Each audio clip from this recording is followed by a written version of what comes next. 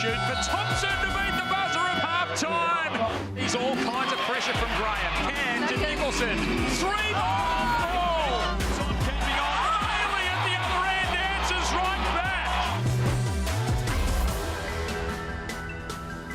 Hello and welcome to Kudos Bank Arena for a huge afternoon of Sunday WNBL action between the Sydney Flames and the Perth Lynx. It's the annual Pink Hoops Clash as we come together to celebrate the life of Tiana Mangakahia, who tragically lost her life to breast cancer last year.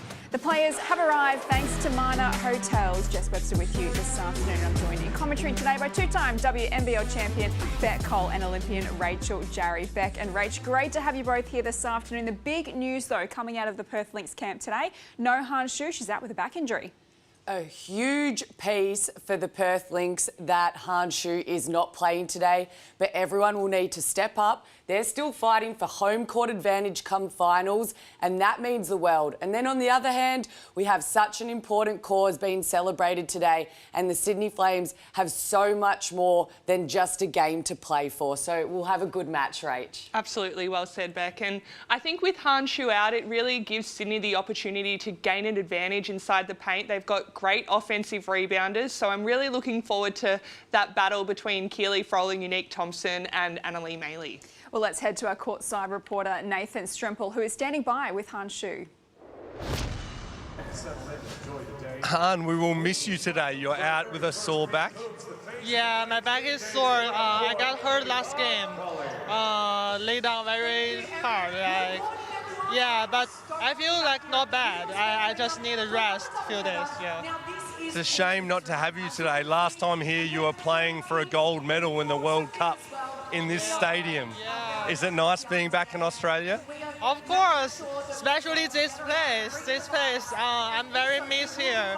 And when I come here, I feel like, it's my old friend here. Yeah, I'm very happy to come back. We love that you're playing here and how many people are watching women's basketball. Are you enjoying playing with the teammates at Perth? Yeah, I like Perth. I like my team, and I'm very appreciate a lot of fans come here to watch women's basketball. Yeah. Thanks for your time, Han. Okay, thank you. Yeah. And obviously Han Shu is so impactful both ends of the floor, but one lady who will definitely step up and has just returned to her explosive form is that girl there, Ali Wilson, arguably one of the most dangerous guards in the league, coming off a massive round 14 performance where she averaged a 26.6 rebounds, 3 assists across the 2 games. And against Bendigo, 6 three-pointers. How do you guard her when she's doing it inside and outside? She's in fine form indeed, is Ali Wilson. So it's a massive occasion for the Sydney Flames, the annual Pink Hoops Clash, raising funds for the McGrath Foundation. And Nathan also caught up with one of their stars, Michaela Can, a few moments ago. Michaela, we're surrounded by a sea of pink. Huge game for you and the organisation. Yeah, absolutely. You know, it's a privilege to kind of represent the McGrath Foundation, represent Tiana and celebrate her a little bit today. So, yeah, really excited. And for the group, 9 days since you last played in Hoops Fest, so well rested, chance to take a swing today with playoffs still in the picture? Yeah, absolutely. We definitely want to come out with, you know, taking the first swing and you know, take the game as it comes to us. But yeah, it's been nice to have a few days at home and actually get some training sessions in. We haven't had that for a while. And just finally, has much been said amongst the group about today and honouring Tiana's memory? Yeah, absolutely. You know, this is a really emotional day and a special day for a lot of people. A lot of people in our organisation have been touched by Tiana and have had the, you know, privilege of knowing her and the impact that she had. But, you know, just everyone in the crowd has had their moments and stuff within cancer. So, yeah, it's great to kind of represent her and, you know, spread awareness and fundraise a little bit for the McGrath Foundation. Thanks, Michaela. Well said. Appreciate your time. Awesome. Thank you. Great to hear from Michaela Can there, talking about the occasion of today. And someone I'm really looking to continue to step up is Agnes Emanopu. In the last 5 games for Sydney, she's averaged more than her season average. So she's averaging 12.5 points over the last 5 games, shooting nearly 50%. And she could just change a game so much at both ends of the floor with her athleticism. So looking for her to continue to step up for the Flames. Looking forward to the battle this afternoon. Perth aiming to get back on the winners list and keep their top 2 chances alive. A big crowd expected at Kudos Bank Arena and the doubleheader with the Sydney Kings in action a little later today as we head courtside and check in with Nath. Hello, Nath. Hi Jess, yeah, near 16,000 expected through the building today. Kudos Bank Arena covered in pink. And it's hard not to remember Tiana Mangakahia. I was lucky enough to stand at this point last year for this game and interview her, and she was so emotional about her family's name being on this court. Well, the Hoops Capital have flown in over 30 of her family members to be here today, and it was Tiana's last wishes that this game would continue on as a legacy to support others fighting against breast cancer. An incredible tribute pre-game. Flames staff and players in tears, all remembering the vibrant, magnetic personality that was Tiana Mangakahia.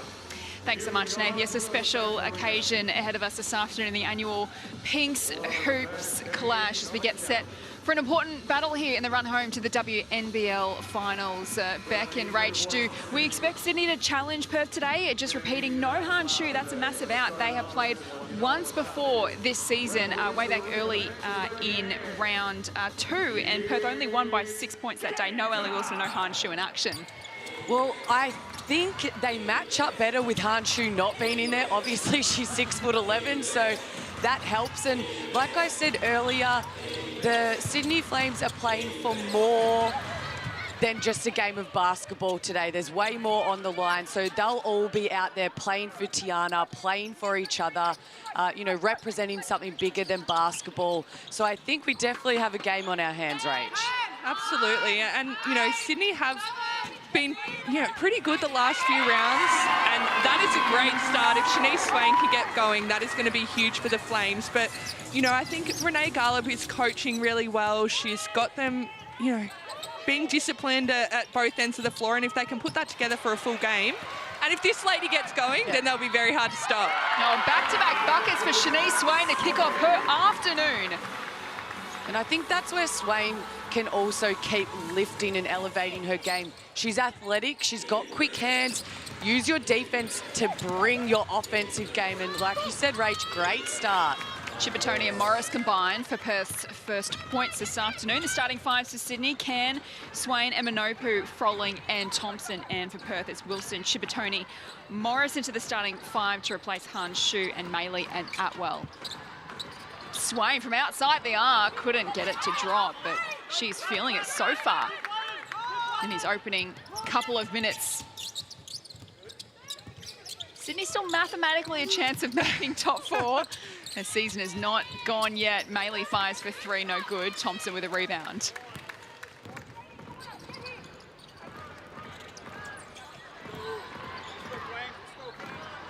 Can off to Eminopu, fires for 3, is off target. Spills to Morris, who hands it off to Ali Wilson, who, as you mentioned, pre-game Beck. What a last couple of weeks for Ali Wilson. Bounces off the rim on that occasion. She'll get it back and hand it off to Maley. Back-to-back 26-point performances for Ali Wilson. Maley for 2. Another shot misfires. Oh, it did really well to keep it alive, but it is turned over to Shanice Swain. Aggressive pass inside the paint. Thompson finishes it off. Good start to Sydney. What a great start. Definitely high energy coming from their defense and great ball movement on the offensive end of the floor. Atwell to Morris. Goes back to Atwell, just passed a little bit too wide, goes out of play, and Sydney will regain possession. And something to watch in this game, the last couple of games that Perth have played, teams have been standing way off Annalie Maley, almost daring her to shoot and really sagging into the paint. So it'll be interesting to see. It looks like Froling started off with that tactic again in this game, and there's no Hanshu to fend in the paint in there. So it'll be interesting to see how they go with it and how Maley combats that. It's a little bit of a mental battle when teams do that to you, but she is more than capable of shooting the outside shot, and hopefully we see her in a confident mood tonight. Perth went on that stretch of winning 7 in a row between rounds 7 and 12. They're 2-2 since then. Losses to the Caps and Townsville last week. Swain kicks it out to Froling, who fires for 3. And again, Froling is someone who I feel like is finding her form the last few rounds. If she can get going early, that will really help the Flames team. But looked like a hard knock, but great defense by Eminopu, always putting her body on the line. A heavy landing. Let's take another look.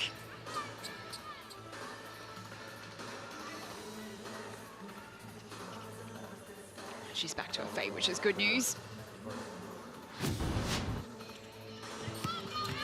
Averaging 7 points per game, 6 rebounds. Agnes Emanopu so far this season. Sydney 9, Perth 2. Shanice Swain. Out to Emanopu from outside the arc. Good rebound to Froling. Back to Emanopu. They can reset through the hands of Swain. She looks to make a move, loses it, stays alive, can. Off to Thompson from long range. And didn't drop in. And I think you have to give Perth a bit of grace on the offensive end and defense. You're used to having Hahn. This is where now Yamaya Morris, it's her time to step up with extended minutes here tonight. But it's been a while since they haven't played with Hahn. So they'll get used to it again because they did it for half a season. But it takes a moment when someone's such an influential piece in the game where they are, you're normally looking for them to, you know, changing that offensive mindset. Maley off to Morris into the starting 5 for the first time this season and gets some early points. Han Shu made her debut for the Lynx in round 7, so they played the first 6 rounds without her. Sydney with an early 5-point lead. Can looks for Froling. Thompson cleans it up. Can't get the bucket. Thompson taps it back. Froling rather taps it back to Thompson. Great offensive rebounding early from Froling. Swain didn't get the roll. Chipotoni races down the floor, off to Wilson in the corner. No good. Chipotoni with a rebound. Can't get the bucket this time. Emanopu hands it off to Swain.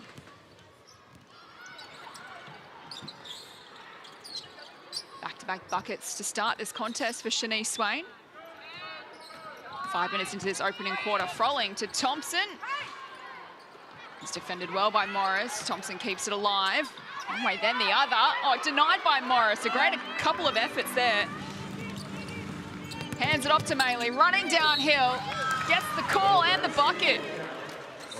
That's a big swing, because I feel like down the other end, you know, Sydney have been unlucky, missed a few shots, but Perth's defense has not been great. Their containment is not there just yet, and I think that's really been an issue for Perth this season, is not playing defense for a full 40 minutes, particularly at the start of games, and Ryan Petrick's talked about it a few times. So Perth need to lock down the other end, and Sydney just needed to be confident, make those shots when they're getting past them. And then one and only clash so far this season between these two sides in round 2. Annalee Maley, 17 points, 17 rebounds that day. She completes the end one here. Margin back to 3.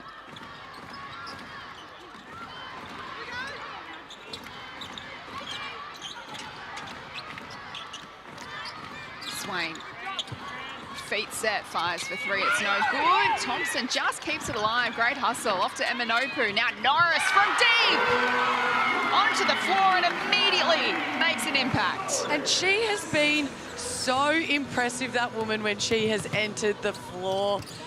Norris has. She just comes in with such confidence, shoots her shot. As we see here on the Amy replay, another offensive board, ball movement for a 3, and her teammates love it. Had a day out a couple of weeks ago against the Caps in their first match of round 13. Had 16 points that day. Season high. Wonderful teamwork again between Swain and Thompson. That's beautiful. And yeah, Sydney are just getting so deep in there, and their bigs are moving into the right spot. So great cut by Thompson there, and great pass. We've seen an immediate response down the other end from Gorman. That's Perth basketball. Yeah. Here goes Norris all the way. Just can't get the finish.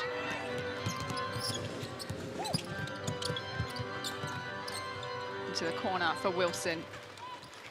Graham and now Gorman. Maley. Patient basketball here from the Lynx. Morris to Gorman. Now to Graham. Shot clock ticking down. It's to make a move up against the defense of Emanopu.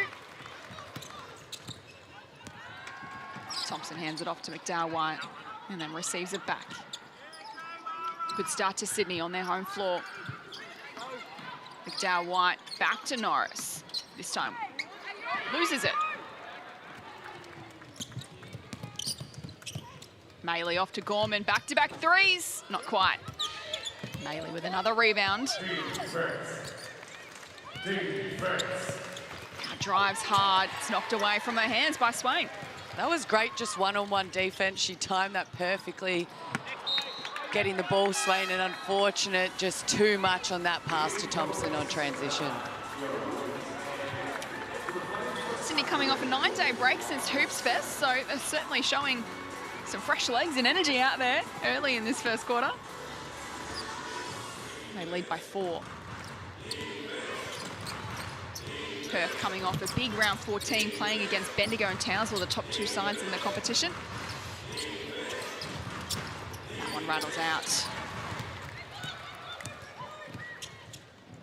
Dow White swings it across to Swain. Works away inside and gets fouled.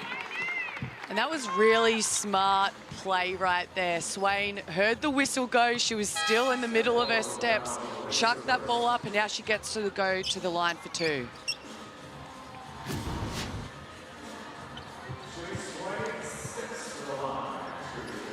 I really like her decision-making so far in this game. I think that's something that she's continued to improve on, and getting shots from all over the floor. Well, the WNBL Pride Round runs from January 20 to February 1. It's a powerful celebration of inclusion, identity and belonging. Hear the incredible stories from our players and what Pride Round means to them by scanning the QR code on your screen. Let's check in courtside to Nath. Thanks, Jess. We see Shanice sub out of the game 6 points, 2 assists and 2 steals early. She's been red hot. This equivalent game last year, she was the Tiana Mangakahia Pink Hoops MVP. Early signs, maybe she's on the way for the same again. Absolutely, she's in red hot form to start this contest, Nave. Sydney 16, Perth 10. McSpadden drives aggressively off the left for 2. A great kickback from Can to the wing to get McSpadden, shot fake, rip drive. Again, just great ball movement early by the Flames. And cutting, they're all moving on a string, and it's making the defense shift, and Perth just have not been, closing out in a stance, able to contain any penetration at this point. And they forced a timeout on the floor here deep into this first quarter. Sydney 18, Perth 10. Well, Renee Garlop caught up with Nathan pre-game, and this is what she had to say on how the Sydney Flames are going to pay tribute to Tiana Mangakahia. Definitely the biggest day on the calendar here for us, and this year, something before she passed away, she said that she wanted her legacy to keep growing and growing with Pink Hoops Day, and the club's done an incredible job, and we all miss her, but hopefully this day is just a beautiful tribute to her. So it is a big occasion in tribute to their former player, Tiana Mangakahia. This is the 4th annual Pinks Hoops Clash, Beck and Rach, and it is getting bigger and bigger each year, and I don't think it's going away anytime soon. Oh, it sure won't. She was such an incredible human being, was so inspiring, whether you knew her or not.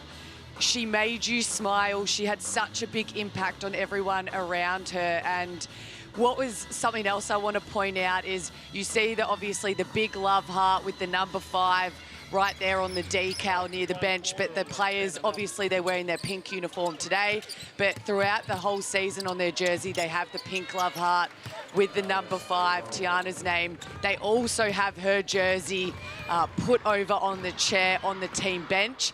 And we all know she was an assistant coach helping out with Renee and Guy last season, so that's another way that they remember her, always with them, and just like that, they're really performing for her today.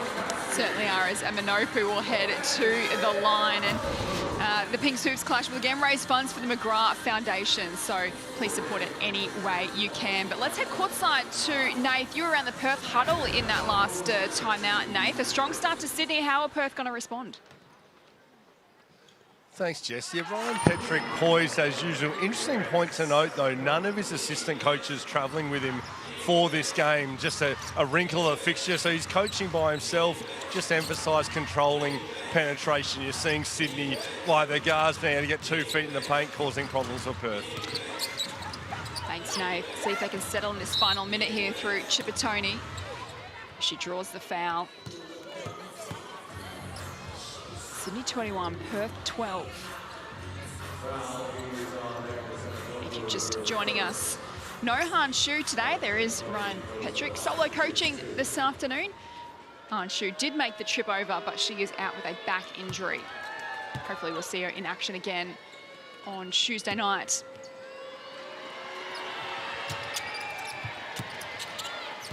Chippertoni wins it back from the free throw and then makes the bucket off the window. 5 points, 4 rebounds already for Chipper.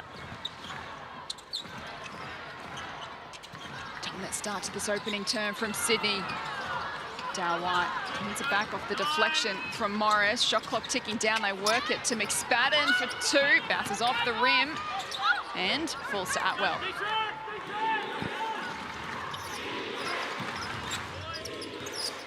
Final 20 seconds of this first quarter at Kudos Bank Arena. Right start from the Sydney Flames. What can Atwell do in the corner? Can't get it to go. Rebound is won by McSpadden. Flames with the last save, the opening quarter. Oh, Morris denies her with 1 second left. And that was a great move to the basket. Yep. Can timed it perfectly. Just Morris is too big swatting that away. Averages nearly 2 blocks a game. Yamaya Morris, McDowell on the buzzer. Can't get it done, but what a promising start indeed it is for the Sydney Flames. At quarter time, they lead the Perth Lynx 21-15. We've got the second quarter action coming up after the break.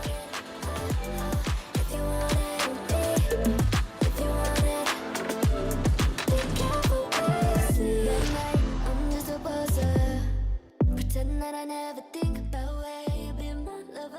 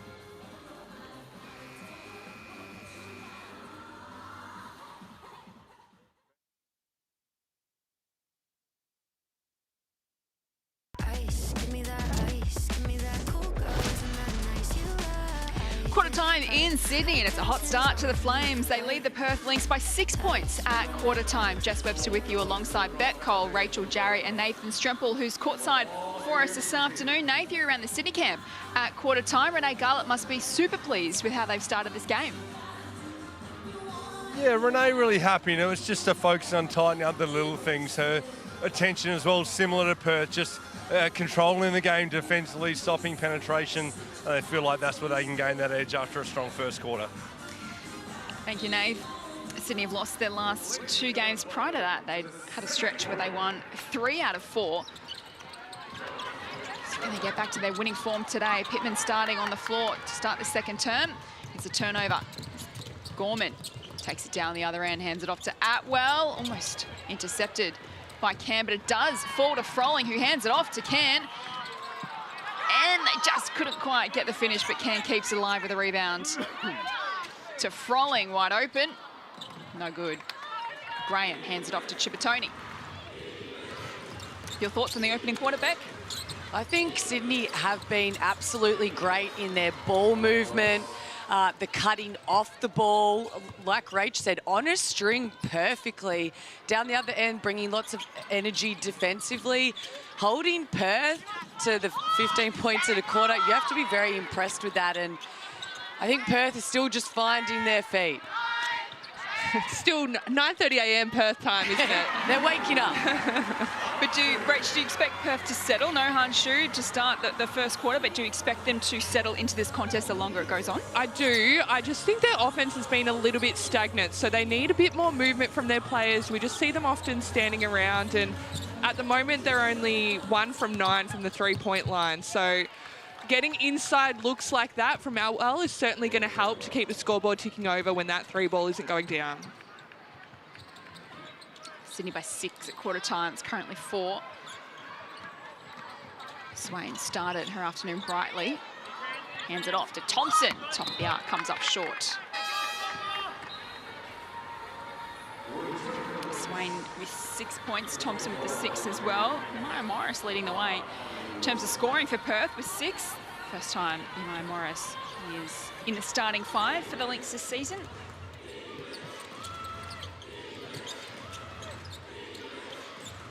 She is handing it off to Chippertoni into the corner for Maley, wide open for 3, can't get it done. And it's won by Thompson. Hands it off to Pittman. Looks to go back to Thompson, has Morris for company. Tough to get around. Good defense from Morris, spills to Froling. They'll get a second opportunity. This time she goes off the left and gets the bucket. And that's great persistence, and something that Sydney need to focus on for the full 40 minutes is getting a good shot every time. And they've been doing that, and they are the best offensive rebounding team. So when it's not going in, they can get in there for the offensive rebounds, but they just need to make sure that they take those good shots. Goes Chippertoni driving hard. Well done. Just so poised, hang time. The way she moves her body in the air, she's been solid for Perth, getting good shots in this first half. Falling mid-range too, can't get it to drop in. Morris with the rebounds. Maley. Where's the contact from Froling? And it'll be an offensive foul.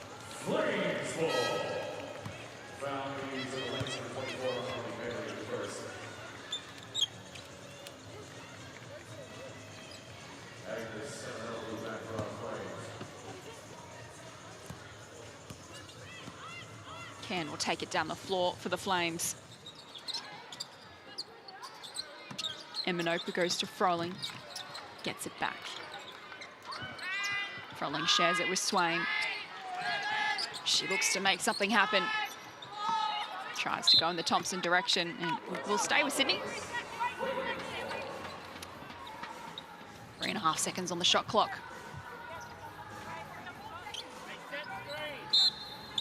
And as we see on screen there, Ali Wilson is wearing her pink basketball shoes tonight to honour Tiana. They were at the AIS together, and I think that's something super special, is even though you're an opposition team, you can get around a beautiful cause, help raise money for the McGrath Foundation, and members of both the Sydney Kings and Flames teams will be donating their playing shoes for auction, and fans will be able to bid for the shoes during the week of the game. So it's just so great to see everyone get around Tiana, her family, the Flames, and again, just play for something more than basketball. Absolutely, Beck. She was a special player and person in the basketball community. It's a great occasion today. The annual Pinks Hoops Clash. As Can gets fouled. So Perth have closed to within 4. Chippertoni checks out of the game. Gorman comes in. They just seem a little bit flat at both ends of the floor. So, you know, maybe it is that early wake-up time for the Perth girls, but they just need some more energy, it feels like. There's no, you know, urgency in what they're doing at either end of the floor at the moment. Here goes Shanice Swain all the way herself. It rolls in. That was a nice move. You liked it, Beck? Yeah, well, we all know Swain is a baller. She can go out there, gets hot in a hurry, and that's another woman right there, Atwell, who I think needs to get going for the Perth Lynx, especially with Han Shu out of action. But if she can drop her normal shots from beyond the arc, but mix it up with getting 2 feet in the paint, get herself going, she'll definitely be needed. With Han out, she's their leading scorer. Thompson with strength finds a way through. Keeps the scoreboard ticking over for the Flames.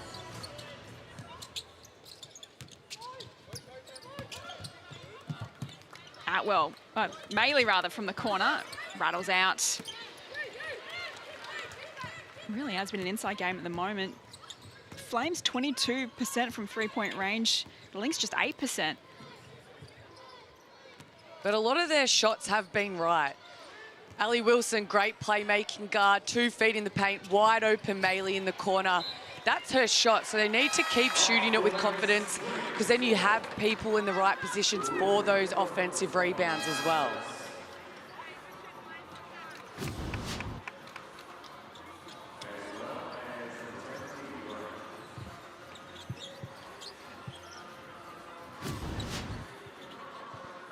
Sydney 25, Perth 23.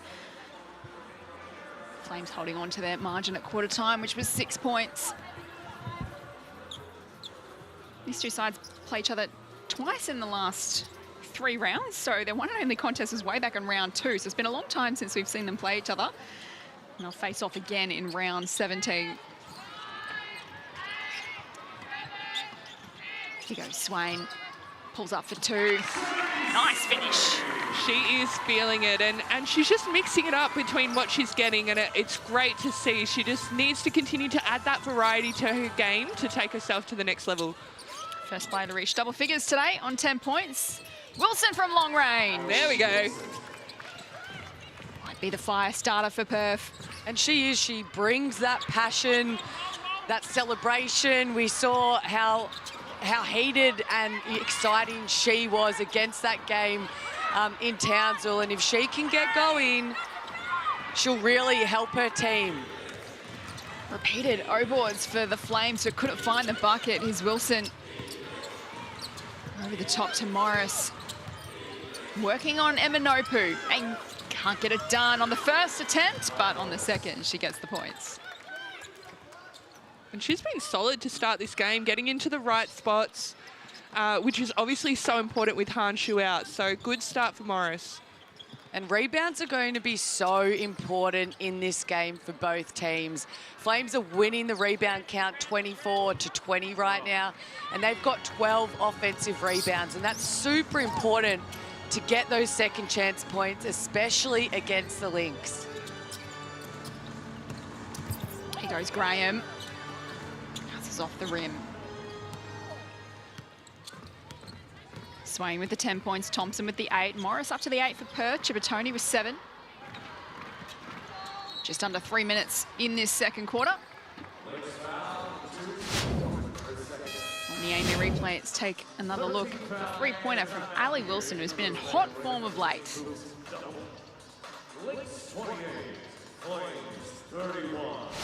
Timeout here in the second quarter. It is the Flames 31, leading Perth 28.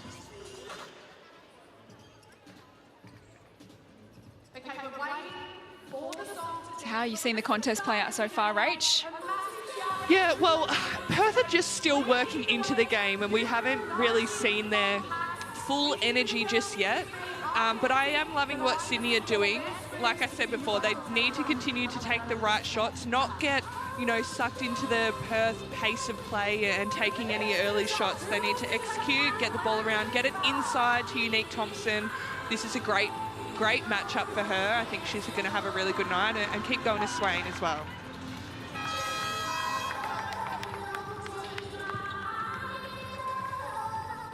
Great to see so much pink in the crowd. Of course, we're coming together this afternoon to celebrate the life of Tiana Mangakahia and the annual Pinks Hoop Clash, the 4th annual Pink Hoops Clash. Big doubleheader of WNBL and NBL action to come on this Sunday afternoon. as we come out of a timeout here in the second quarter. Still the Flames in the lead. They led by 6 points at quarter time, but by 3 at the moment. Nathan Strempel was around the Perth camp at that timeout. Nath, what were the key messages from Ryan Petrick? Well, Ryan was just adjusting what they were doing with their help defence. And you've got to consider Perth have looked sluggish here, and we've talked about the time difference.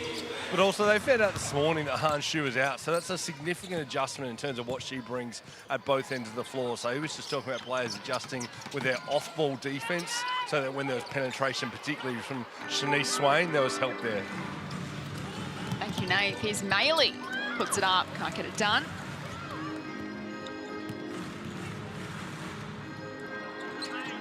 Swain has turned it over. Well read by Gorman.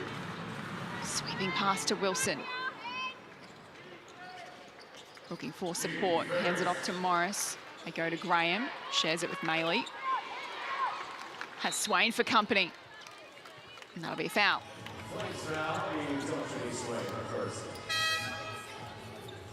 What's important for Perth in these last 2 minutes, Beck? For me, it's defence. They need to fix what Ryan was talking about with their help defence. See if you can get some stops, get their running game in transition. But on offence, I think they all need to keep moving. Don't just look at Ali Wilson when she has the ball to see if she's going to create something. I'd like to see her in some more pick and roll action with Morris. And you get that lady right there, Atwell, going, even off some stagger screens. Yeah. Then she can flare off it, curl. There's so many options. They've closed within 1, Perth. Sydney's turn to look to settle their offensive end. McDowell-White fires. No good. Atwell or Chippertoni gets it back. Gets around, can't get the bucket as it spills to Norris. Less than 90 seconds to play in this opening half. Sydney laid down the challenge to the top 2 aspirants in Perth.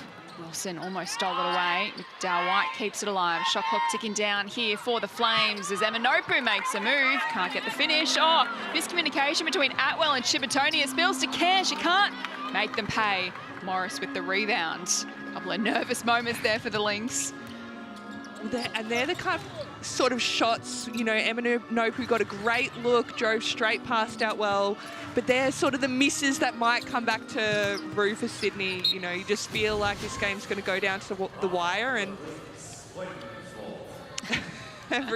every shot's going to count as we see that falcon there off Chibber's head. And that's the thing. You think Sydney this half have played a much better game of basketball, and Perth is only down 1. Yeah. But this is why they are such a great team. They'll go into halftime feeling lucky they're only down 1 and wanting to really make a statement in this second half. Ken takes on Atwell, kicks it out to McSpadden. Nice finish.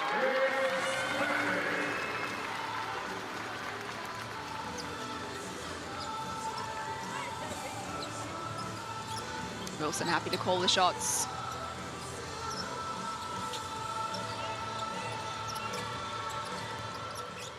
Waits to make a move. Decides to go herself from deep.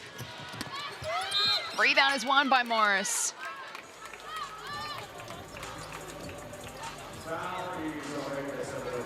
Foul going against Eminopu. 1.2 seconds for the Lynx to work with. See what they can draw up. Wilson goes to Atwell. And on the buzzer, cannot get the bucket. So Sydney Flames will hold on to a lead here at halftime. 33-30. A strong opening half for them. Coming off a 9-day break, Perth have made the trip over from the West after playing their last 3 games at home. Looking to get back on the winners list this afternoon and keep their top 2 chances alive with only 3 rounds remaining. They'll play twice in round 15. The Flames today, the Flyers on Tuesday night before finishing off their season against Bendigo and against Sydney in the final round. As we head courtside to Nathan Strempel. Shanice, last year you were the Tiana Mangakahia MVP in this game, and you've started this one hot as well, 10-4. Looks like a bunch is going through you for the Flames. Yeah, I mean, I think we're just all attacking what we have in front of us, and also our foul discipline and offensive boards and defensive boards have been like really open for us, so I think we're going to keep doing that. Obviously, Han Shu being out makes a big difference to the Lynx. Both yourself and the others are looking to take advantage of a lot of opportunities at the rim for you guys. I mean, yeah, for sure. I think giving it into the post and both guards attacking the big. I mean, Yumaya's by herself, so I think we need to keep attacking her and getting on the rim. Thanks, Shanice. Appreciate your time. She averages 10 points per game. Shanice Swain, she's got that at halftime. A bright start to her and her Flames. They lead the Perth Lynx by 3 points. Stay with us. Our experts Beck Cole and Rach Jarry are going to analyse the first half after the break.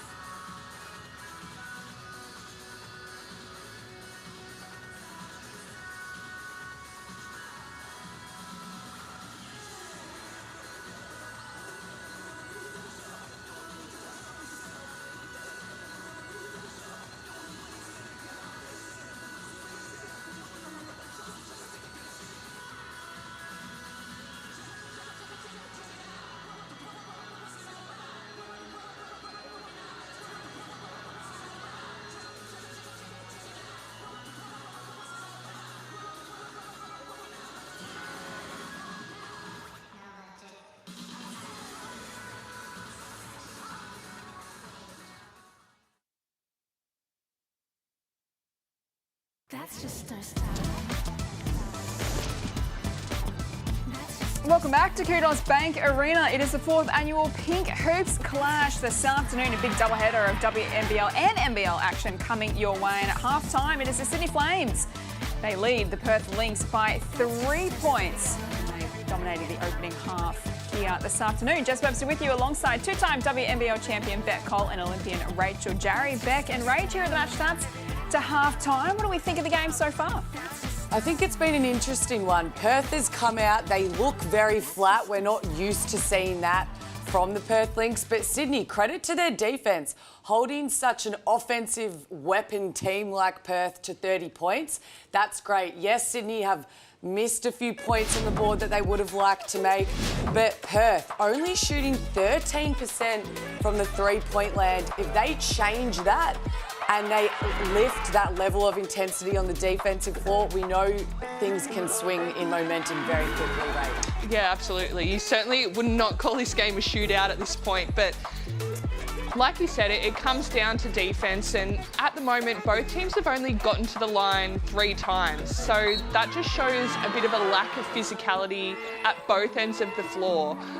No one's really getting in there, making a stand. So I would love to see Perth in particular lock down better defensively, stay in front of their player, you know, have some pride, not let your player get into the paint, and then once they get stops, they're going to be able to run down the other end of the floor. Sydney just need to continue to do what they do. They're such a great offensive rebounding team, and once they get it inside, they are very hard to defend. Those are the Hunger Jacks halftime highlights. This is our Blackmores head-to-head between Shanice Swain and Alex Chibitoni. Swain, the 10 points at halftime as well. Chibitoni with the 7. So how have you seen that matchup, Beck? I think Chiba's just been solid for Perth Lynx. We always know that's what she does. She's a cool, calm, collected customer. She can still go to that other level, but again, 4 rebounds helping getting those second chance points. And then we see Swain. She's really come out with a lot of energy tonight. She's got that steal in there. But for me as well, her decision making and how she's been reading the play off the pick and rolls to me has been really impressive. She needs to keep this up for the second half. Let's take a look at the forward shot chart, and this is a team forward shot chart.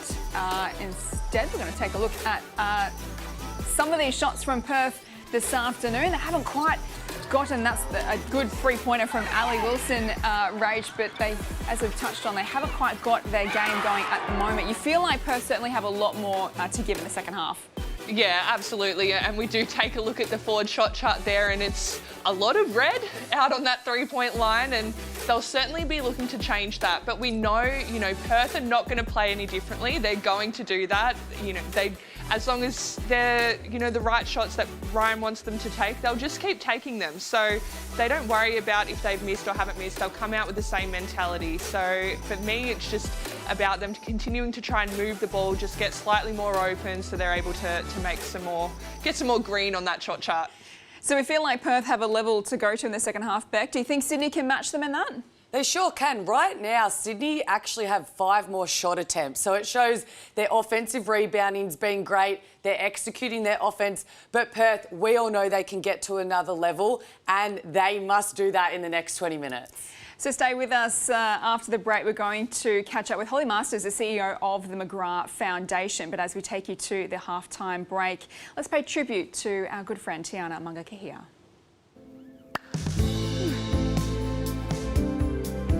I look to basketball, you know, for my life. Like, I want it to be in my life forever.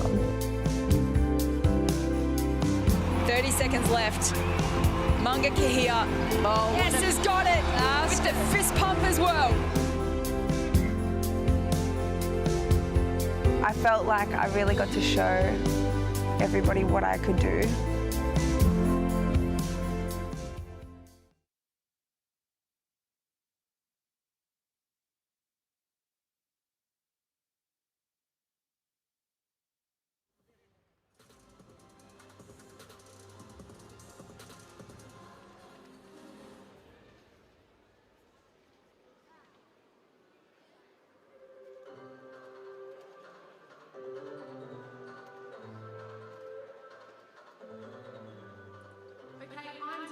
Courtside with the amazing Holly Masters, CEO of the McGrath Foundation, the lady behind it all, an amazing event today. Tell me, what does this mean to you? Honestly, today is an incredibly special day. To see Tiana's family, her team, and all of these incredible guys just up pink, it's just extraordinary.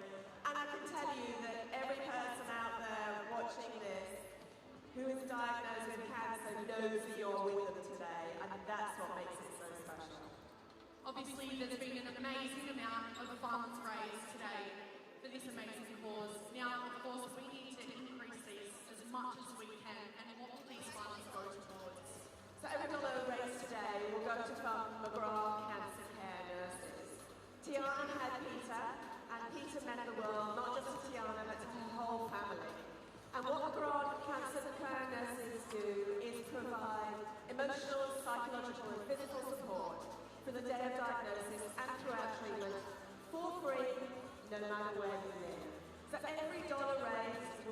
on your nurses.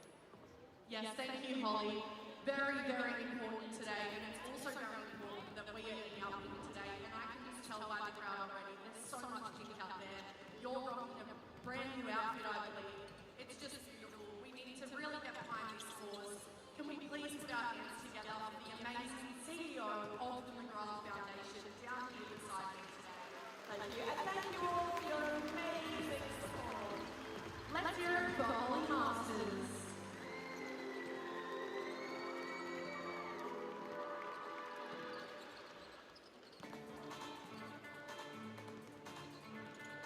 All right, everybody, our final home game of the season for our Flames is next Sunday, Mangakahia Center.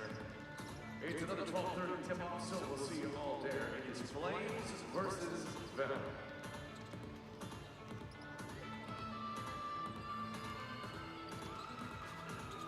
The Big Hoops auction is now live. You can bid for game-worn jerseys, shoes, printing experiences. All of the proceeds going to the McGrath Foundation. Just Google Pink Hoops auction and follow the links.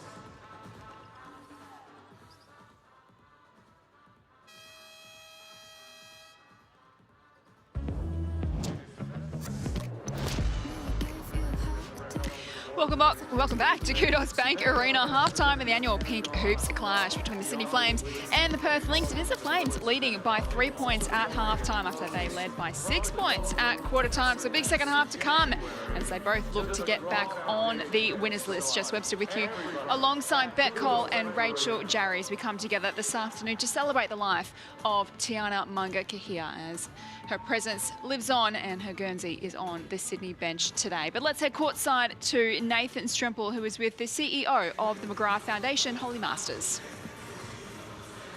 Thanks, Jess. It's great to have Holly here. And Holly, what a day. Close to 16,000 expected here, all wearing pink. It's absolutely extraordinary. When the community gets together and supports the foundation like this, it just makes us feel so incredibly proud. Obviously, Tiana touched the hearts of many in the basketball community. McGrath care nurses looking after her, as they do with anyone experiencing cancer. A great tribute from the Hoops Capital too, offering to donate $2 towards the McGrath Foundation for every person in the stadium today. So, like I said, we're close to 16,000 expected. That's a significant donation. Oh, it's extraordinary. We're so grateful to Hoops Capital for that huge donation. I think it really recognises the incredible legacy of Tiana. You know, she touched so many people's lives way beyond basketball. And to see the level of support today, not just people wearing pink, but the amount of fundraising that's happening here too is phenomenal. You mentioned the fundraising, Flames and Kings players donating shoes after the game. People can auction them with that money going towards the McGrath Foundation. How can others at home watching, how can they support? Well, you can either get on and buy those shoes. It's quite special to have a unique pair like that. But of course, you can also go to Pink Hoops on the website and make a donation. We've got a target to get to 10,000. We're about 2,500 so far, but anybody can get involved and jump, and even go to the McGrath Foundation website as well. So get involved. We love your support. Thank you. Sounds great. Thank you, Holly. Appreciate your time. Thank you so much. Thanks so much to Holly and Nathan Stremple for us. So just a reminder that the general public can make a donation through the McGrath Foundation and the Hoops Capital donation page. All funds raised today going towards the McGrath Foundation as well. And $2 from every ticket sold is also going to the McGrath Foundation. And McGrath Cancer Care nurses provide nursing care and support to people experiencing any type of cancer and their families throughout Australia. So it really is a fantastic cause and a massive doubleheader of basketball action. After this game, the Sydney Kings and the Adelaide 36ers go to battle as well at Kudos Bank Arena. But we have a game on our hands here at halftime. It is the Flames by 3 over the Lynx as we get set for a big third quarter. Still so much to be played out this afternoon. Beck and Rach, you feel like this game hasn't quite reached its peak yet, but you feel like that's coming. Oh, absolutely. It certainly has not just yet, but both coaches would have gone into halftime and talked about coming out with some more energy, more passion, just trying to lift each other up. So hopefully we see that for the start of this game, and a great start by the woman herself, Chivatoni, who always gets a bucket when her team needs one. Takes her tally to 9 for this afternoon. 4 rebounds and a couple of assists as well. Denise Swain kicked off the match with back-to-back buckets. Can't add to a tally there. She's on 10 points to half-time, equal her season average. Just joined us, no Hunt shoe for Perth Lynx today. Yamaya Morris standing in her shoes at the moment and doing a superb job. Just a great read by Wilson. Like you said earlier, Rach, the Flames need to make sure they're executing and getting the right shots, because when you can't set up on defensive transition, Lynx can just punish you. And the Lynx have the lead for the first time this afternoon thanks to that Morris bucket. She's also up to 10 points and is in double-double territory with the 8 rebounds as well.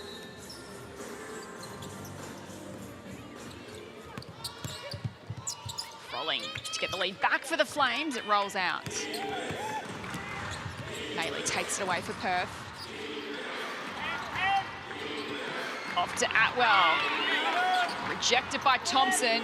Morris can't clean it up.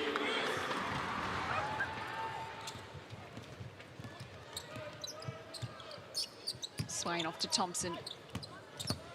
Now Eminopu works her way inside, gets fouled on the way through, off to the line for 2. And for me, the dribble penetration just has happened far too much this game. Sydney have been so great at it, taking it to the rack, and they've got great players that can do that. But Perth's defense has just not been there. And I think, you know, at this stage of the season, they're looking towards the end of the season finals, trying to get that top spot. And you know, it's disappointing they've come out, you know, with that lack of intent. It's something that they've had in a few games where they haven't started games great defensively, and it's sort of flowed over to this game as well. Minoku, 2 from 2 at the line, hands the lead back to the Flames. It is the first of 3 away trips for the Lynx. Take on the Flyers on Tuesday night. Bendigo next week before finishing the season off at home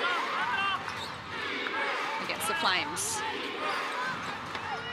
Goes Maley, draws the foul.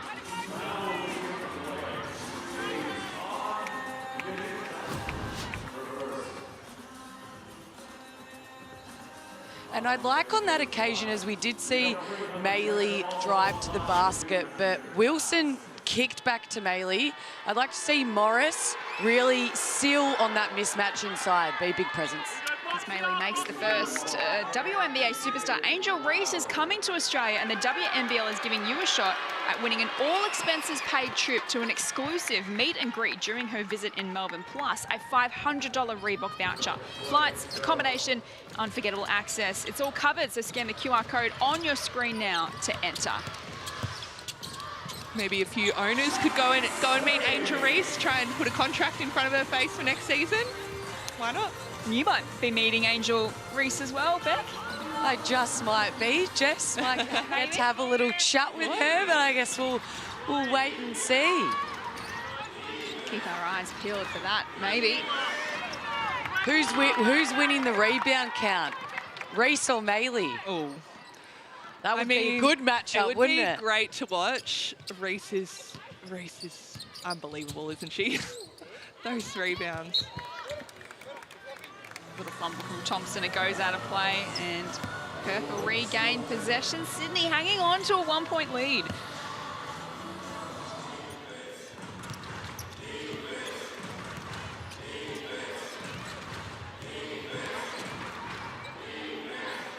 Wilson off to Atwell, makes a move on Swain. Good defense.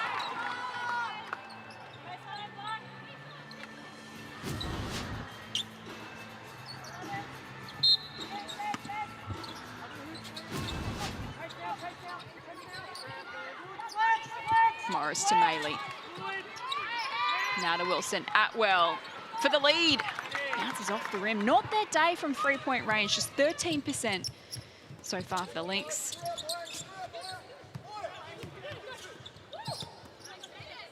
Cantor Thompson up against Morris. Draws the foul.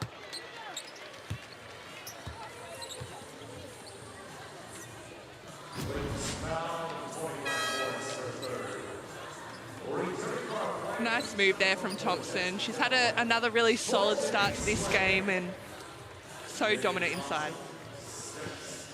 Well, the WNBL26 season has been one of the best yet, so don't miss your chance to catch a game live this summer. It's the perfect family day out, packed with energy, atmosphere and unforgettable moments. And there's nothing quite like being in the crowd and being part of the action. So scan the QR code on your screen now or visit WNBL.com.au to find a game near you and get your tickets. Here's a fast break for the Perth Lynx. Can they capitalise? It's got to be a Sydney ball. And Sydney doing a great job the last few possessions, just getting their hands in, deflections, forcing Perth into a turnover. That's their 7th one for the game, the Lynx. But Sydney, I feel like they have really come out still again with a lot of energy and making defense a focus. Thompson off to Froling, works away inside, denied by Morris. Making her presence felt this afternoon. Wilson, no good. Dow White keeps it alive and hands it off to Cairn. Sydney 37, Perth 36. This game yet to reach its peak, but you feel like it's coming. Dow White hands it off to Eminopu. Finds a way through the traffic, can't get the finish. Again, just those finishes that, you know, Sydney will really want to make. You know Perth are going to stay with them and make a run. Just those layups where they're a bit more open than they realise, just to take their time and make sure they go down.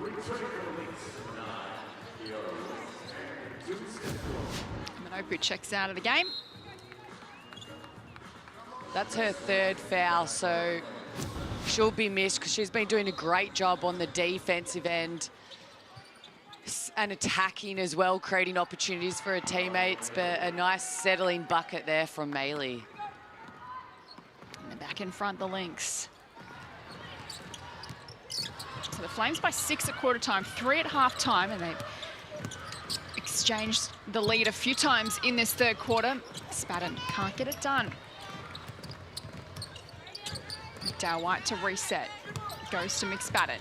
The spin move was good. Just couldn't get the finish again.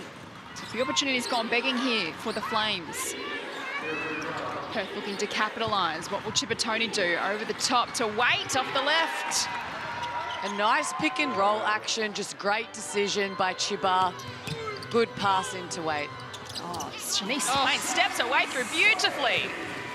How did she get through there? Gorman to respond to the other end in style. Here we go. Yeah. Perth maybe have woken up now. It's a 9 a.m. start for them in Perth time. Had some halftime coffee. So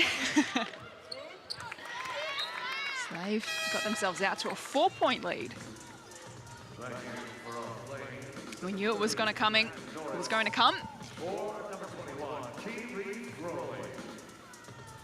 Flames have to stay in touch here in the last 5 minutes here of the 3rd quarter. Swain's had a good afternoon, 14 points so far. Hands it off this time to McSpadden. Gets a second opportunity. This is both attempts.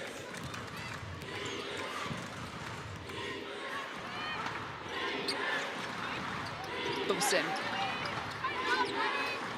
Backtracks. Now hands it off to Chibba. From deep, it rattles out. Maylee with a rebound. We know how good she is at that. She fights with it with Shanice Swain. Good little battle between those two superstars. Averaging an impressive double-double this season is Annalee Maylee. 16 points. Oh, no, that's 14 points, 14 rebounds.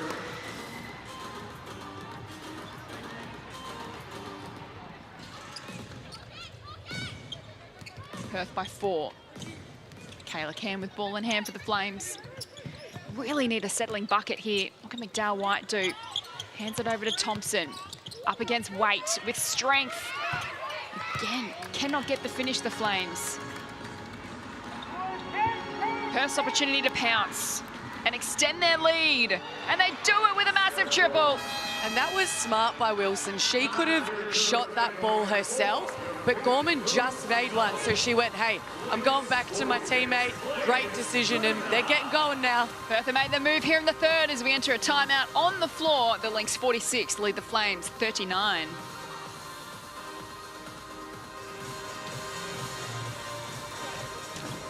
So we knew this was coming, Rach. Perth have now lifted here in the third. Up to Sydney now to find a response. Yeah, absolutely. And I do think it comes, you know, every time Sydney have taken a not great shot, Perth are able to run down the other end, get them on the back foot and find a good shot themselves. So for Sydney, they just need to stay disciplined on offense, continue to move and cut. I think a couple of times they've gone a little bit stagnant and just tried to watch Unique Thompson in there go to work. So they've got to move off her, make sure that they're trying to get in there for the O-boards or trying to find a better shot. And especially with Morris out and Perth going small ball, Thompson is your correct option to go to. But like you said, Rach, don't just stand and watch her as she gets double, triple team.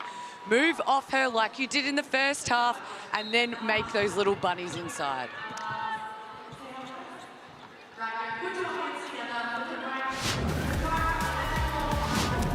Back-to-back triples from Steph Gorman here in the third quarter has given Perth a real confidence boost. They've scored 16 points to 6 in this third quarter to now hold a 7-point advantage over the Flames. Nathan Strempel was around the Flames huddle at three-quarter time. Nate, where is it broken down for the Flames here in the third? Renee was super animated about just urgency in every area for the team. She talks about the fact that the Lynx look gassed, but no reason the Flames had 9 days off. They should have energy, urgency on D-Trans, urgency in their effort. Let's see how they respond. Thank you, Nate. It's a big 3 minutes to come here for Sydney. Try and wrestle back the momentum.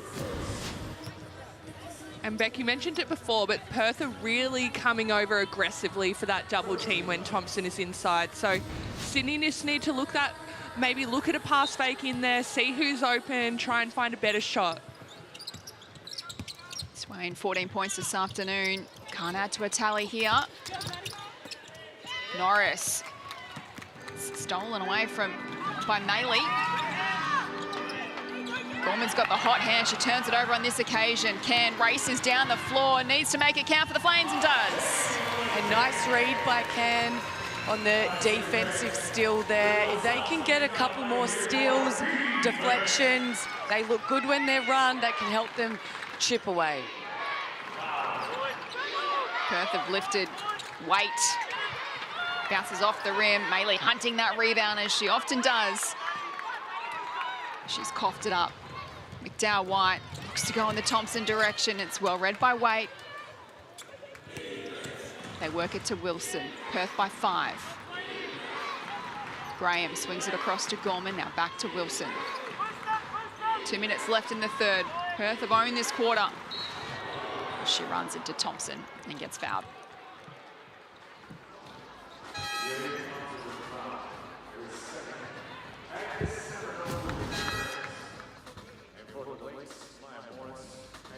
Yeah, not a bad foul by Thompson there. She's probably mismatched when Ali Wilson's tried to drive on her, so try and pick her pocket, and if you get a foul, at least you stop the play.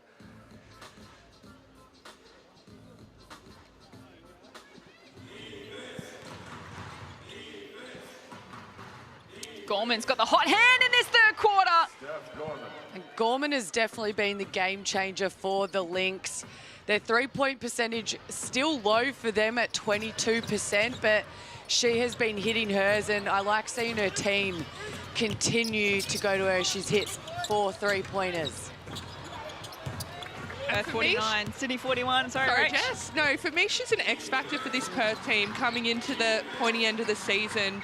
We know how great of a shooter she is, as we see Chiva catch fire too, but you know, Gorman is also one of their better defenders, so I think we're going to see her play more and more minutes as these games get more and more important. And if she's hitting that three-point shot, she becomes so important to this Perth Lynx team. And like the start of the season with Ali Wilson, Gorman was also out, coming back from injury. And you see both of those plays really finding their form right now. And I couldn't agree with you more. She is an X factor for that Lynx team coming off the bench. Amanopu back onto the floor for the Flames. Misfires. Frolling with the O-board. Calls for some support. Hands it to Amanopu. Now McDowell-White back to Frolling. Now works away inside against Wilson. Can't get the bucket. Morris hands it off to Wilson, who races away. Perth by 11. Looking to put their foot down. The final minute of the third. It's broken up by Thompson. Dow White takes it down the floor. Referee has spotted a foul. And I think you have to give credit to Morris. She's really stepped up in this game. Already got a double-double with the 10 points, 11 rebounds, and the 3 blocks. So she has been a big presence inside, clogging that paint with Hanshu out and shooting the ball at 71%. So she's done a great job with her opportunity that she's had today. Let's go. Sydney looking for a late bucket here. Dow White can't provide. And it'll be a jump ball. Lynx will take.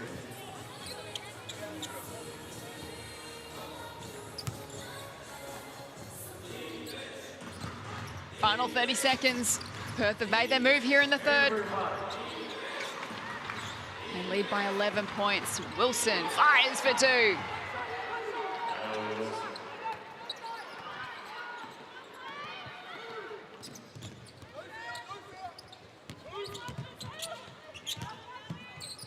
Pittman hands it off to Eminopu. She receives it back.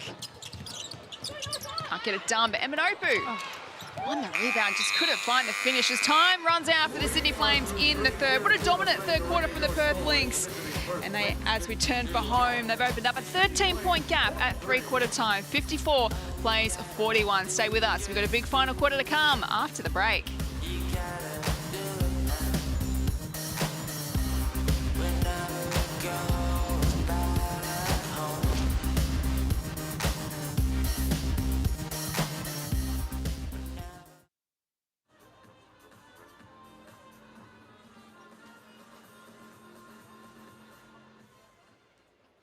Okay, it is time for our Harvey Norman Strike the Pose. We have a $1,500 camera to give away for the best dancers out there who are holding their pose. So I don't mean that we just keep dancing. I need you to strike the bougiest, fanciest, coolest pose out there, and I need you to hold it. So I mean, we're going to strike the pose. We're going to hold it still for as long as we can. Radio, get the mics going, because who wants to take home a 1,500 Canon camera? I know I would love to, and I know you want to too. So let's get the dancing going. Let's get you striking your best pose. Let's strike a pose. So see how you're still moving? Now stay there. Good job. Radio, keep going. Get the mics going. Extra points if you're screaming and making some noise as well. We might get to learn in your area. I want to hear the loudest people out there in the crowd this afternoon. Keep holding it, girls. Hold the camera.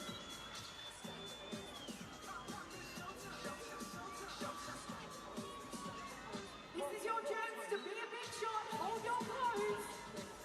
If you're up on the screen now, you are up now. Congratulations. A massive love line. Congratulations. Keep the noise up for our Flames.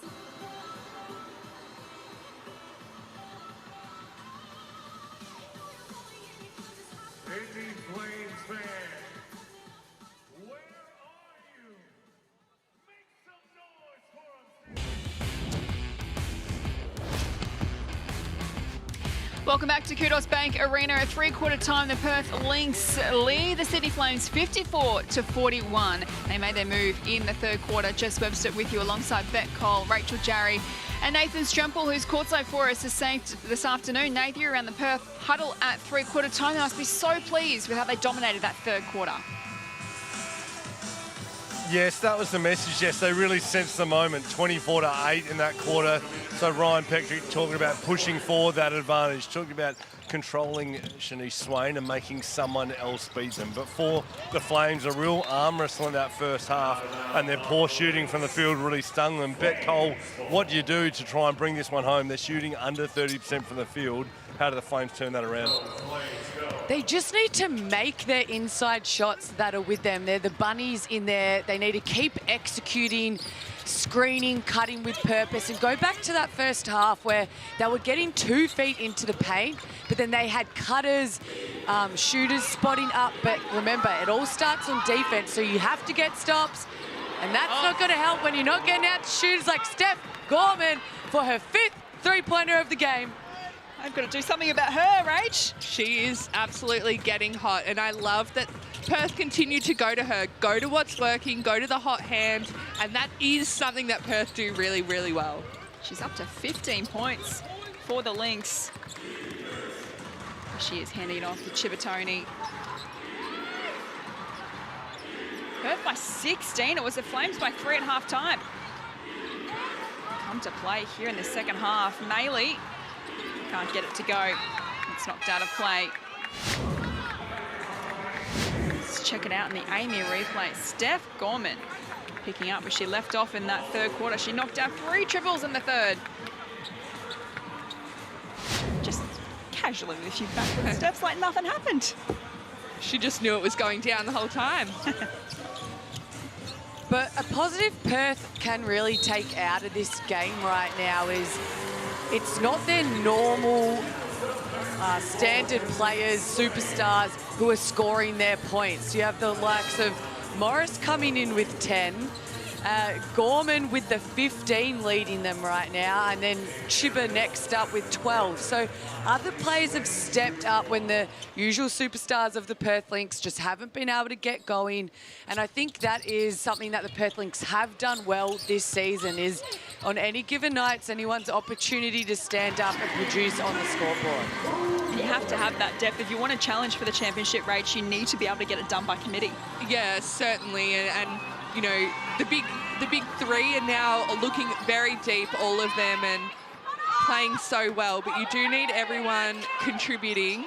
And for me, for Perth, it's always going to be how they come into a game defensively with that intent. I think, you know, we know they've got so many scorers who can score in multiple ways, but when their defense isn't on, they just don't look like the Perth Lynx we love to watch at full flight. So that is their biggest challenge coming into the end of the season.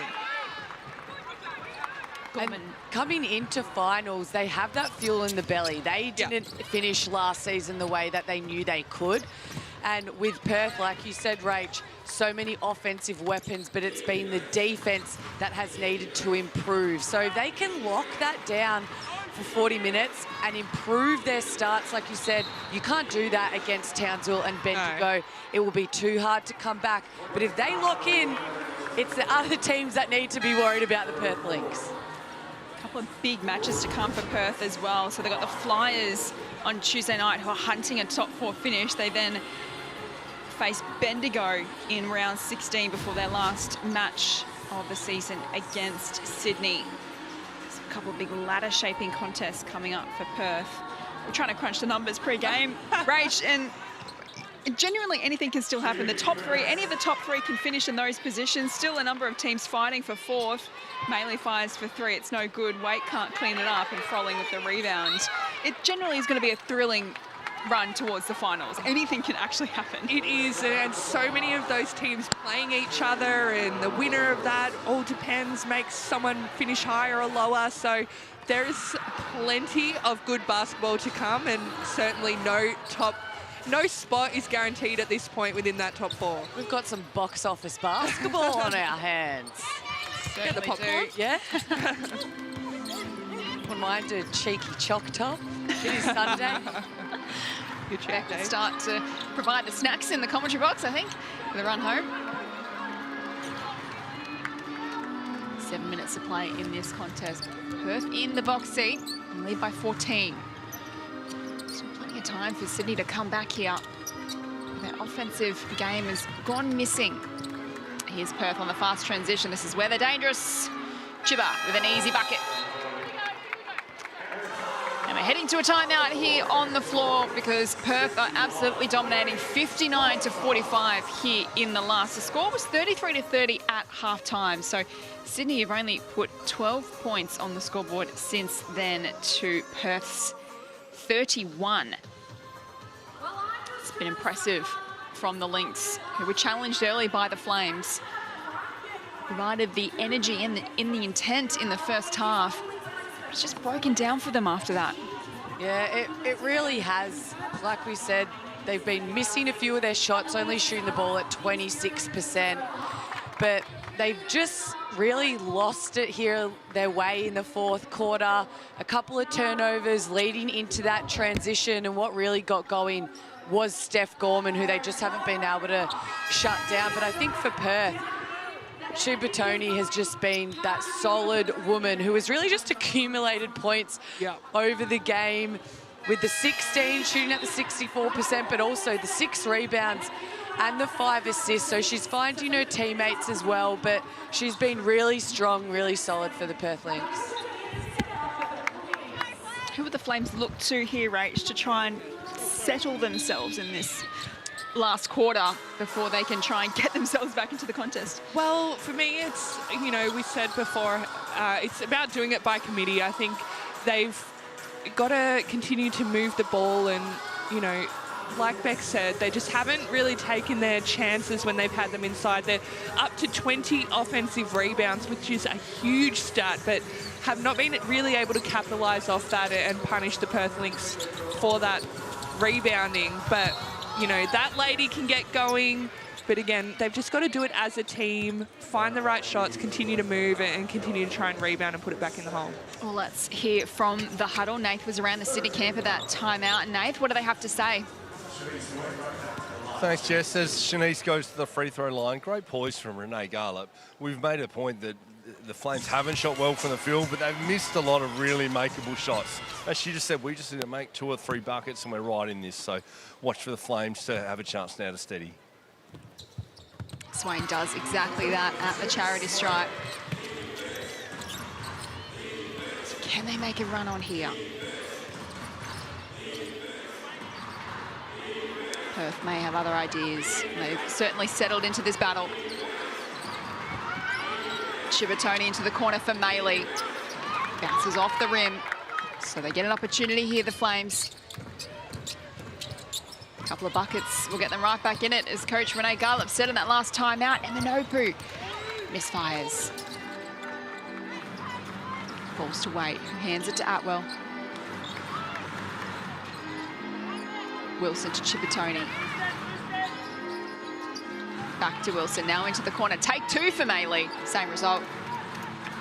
It's just not really been Maley's day today at the moment. She's taking the right shots, the open shots that are given to her, and, you know, it's something she's going to have to work through as she continues in this season, because teams now are stepping off her, so she's got to find a way to score and be a threat. Shanice Swain, long range 2. Nice job. And I think Swain is the go-to woman right now for the Flames. Get her in pick and roll actions or coming off stagger screens. Get her the ball, because she is making the right decisions. And I think when Unique Thompson comes in, get them in pick and roll actions together.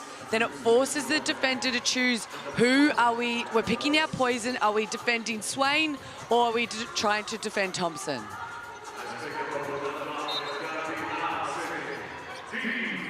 Back to 12 points. It was 13 at 3/4 time. Perth with the momentum early in the last. Sydney have hit back. Now Perth looking to settle. This time Maley in the opposite corner. She does it on the shot clock. That will feel nice for Maley going down, and hopefully she can get on a bit of a roll now. Swain can't respond to the other end. Maley pulls in the rebound. 14 rebounds for Annalie Maley today. Atwell has a fumble, it goes out of play, but it will stay with Perth. Yes. So mainly another double-double for her this season. 10 points, 14 rebounds. Morris as well, 10 points, 11 rebounds. Steph Gorman's had a fantastic day with 15 points. It's a season high for Steph Gorman. 4.5 to go. Morris, no good.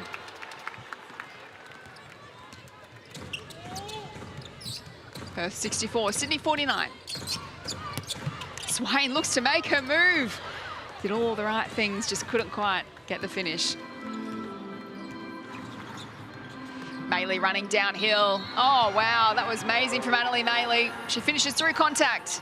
And Maylee just loves that. When she gets the ball in offensive transition, you think she's going one way, gets to the crossover, and normally has that foot speed on the other forward opposition, and just a great finish on the left hand. And just so much persistence. This is why she is such an amazing player. She hasn't shot the ball particularly well tonight, but she will continue to play the full game at that pace and energy and passion and get to the basket, as well as contributing in other ways with her rebounds. Frolling's off target. Maylee with the rebound.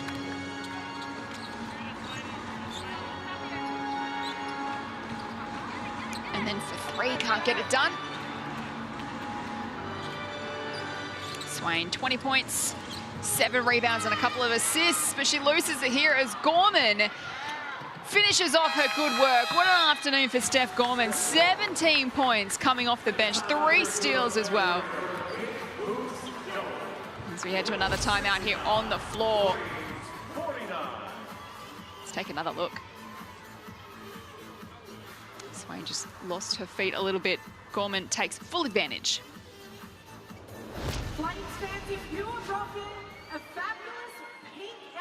Made her WNBL debut in the 2023-24 season. Did Steph Gorman.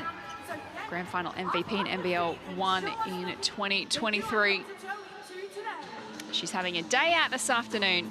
17 points coming off the bench. Really lifted in the third quarter where the game was there to be taken back. She really did. She was the woman of the moment, and what we really like about Perth is that they do always keep going to the well till it dries out, and she was the woman who was able to keep hitting those threes. They were pushing in transition, and she really just got the energy going there for the Perth.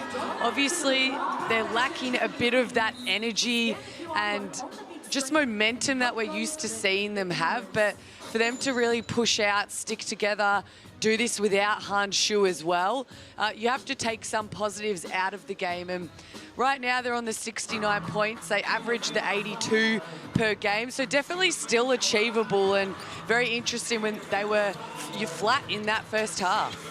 Yeah, absolutely, Beck. You said it well. And I was just having a look. So Steph Gorman's career high is 19, so hopefully we can surpass that today. Here she is, Steph Gorman, handing it off to Morris. And now Graham, good defense from Can. Falls to Swain. 20 points for Shanice Swain today. Hands it off to Can in the corner. There's an offensive foul going against the Flames. A nice read by Wilson. She saw that Swain had a full head of steam on the Swain train going down in transition, and just put her body on the line and has the ball back now for the Lynx. She's been in great form all season, Ali Wilson, but the last 2 weeks in particular have been amazing. Back-to-back 26-point performances. Won't reach that this afternoon, but it's having a fabulous season. Maylee handing it off to Morris, who gets it done. To the starting 5 for the first time this afternoon, Yamaya Morris. First time this season. Unique Thompson with strength gets a bucket. 10 points for Unique Thompson today. 9 rebounds as well, so she's in double-double territory. She heads to the line for the 3-point play. And an important game for her too. She, I saw an interview she did. She's got a little tattoo behind her ear, a little love heart for her mum, who is a breast cancer survivor as well. So a game close to her heart.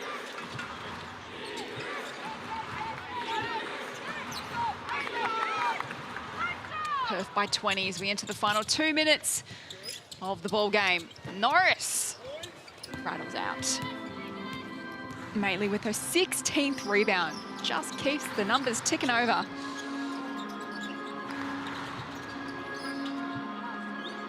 Lexi. Fotu onto the floor for these last couple of minutes. For the Lynx is Maylee in the corner. It's no good. She gets another opportunity. Misses again.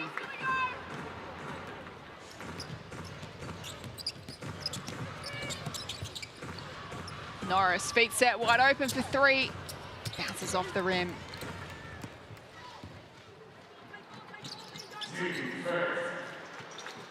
Haley Wilson, just the 5 points for her this afternoon. I lie, make it 8. Whack, whack. And Perth have just really stamped their authority on this game in this second half, and credit to them to fight through, but Thompson's still fighting to the very end for this game.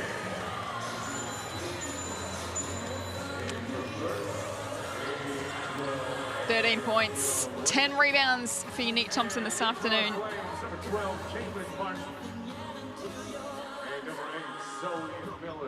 So second consecutive double-double.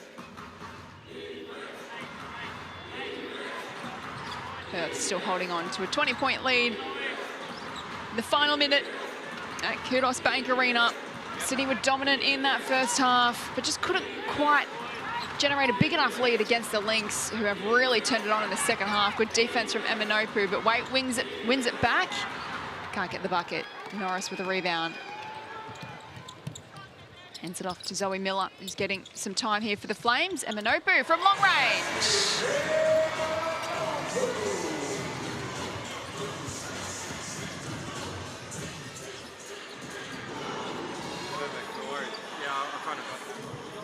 Fotu fights away inside, gets the bucket, and that is Alira Fotu's first points in the WNBL season. Love that.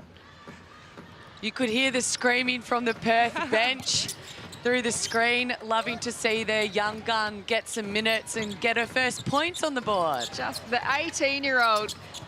Definitely a moment to remember. This is a 12th match, getting some minutes. She finally gets a bucket. That would have felt special. It's a beautiful little drive too. Good on her. Development players now on the main roster. Also a very handy footballer as well, a member of the AFL National Academy.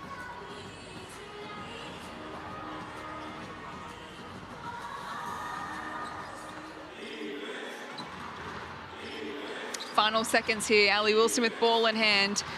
For a last second highlight, not quite to be, but an impressive second half performance from the Perth Lynx. They get back onto the winners list and keep their chances of a top 2 finish alive here this afternoon with a 76-57 win over the Sydney Flames in the annual Pink Hoops Clash here at Kudos Bank Arena. But a pretty pleased coach Ryan Petrick. Pretty pleased to not only get the win, but he was solo coaching this afternoon. Had to do it all himself. And they were challenged in the first half, but they come away winners today on what is a very special occasion for the basketball community at large, as we pay tribute to Tiana Mangakahia, who was the inspiration behind the Pink's Hoops initiative, and unfortunately lost her battle with breast cancer last year. But today we pay tribute to her. A great crowd in attendance, as well as we head downstairs to Nathan Stremple with our MVP this afternoon. Nate, probably not a name we would have thrown up on the whiteboard this afternoon, but Steph Gorman really took her opportunity today. Well, not the first time we've seen a Gorman shoot the lights out in Sydney. 3 triples in the third quarter, 5 for the game, Steph. You're our MVP today. Way to play. Thank you, I appreciate that. I believe your career high is 19. You had 17 today, but a real arm wrestle in the first half, and it was your shooting that really broke it open in the third there. Yeah, absolutely. They're a quality team. They came out really physical and aggressive, playing really well, and yeah, we just had to come back in the second and bring it back to them. And the other one for you, you only find out this morning Hahn shoes out. That makes a significant difference for how you play at both ends. Was there a bit of adjustment in that first half? Yeah, absolutely. I mean, that's a big out for us, so adjusting to play. And without that post presence of Hahn, but we still had Maya, we still had, the rest of our team. So I think we did a really good job adjusting to not having Hahn play. Well, way to shoot it, Steph, and congratulations on the win. Thank you, I appreciate it. Thank you.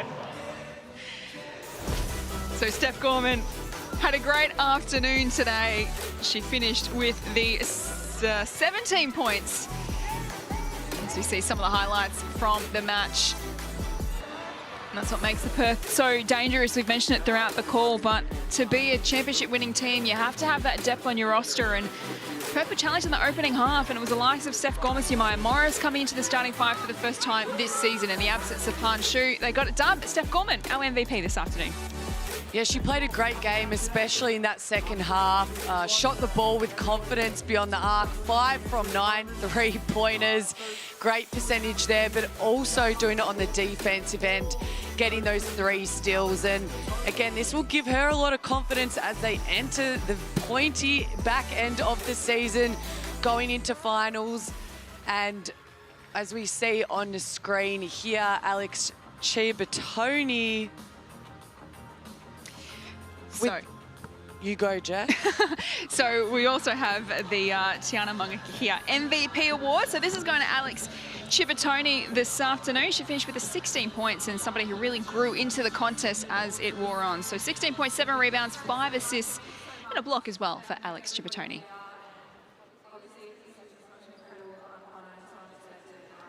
So she wins the Tiana Mangakahia MVP ball this afternoon. It's been a wonderful game. So much pink in the crowd.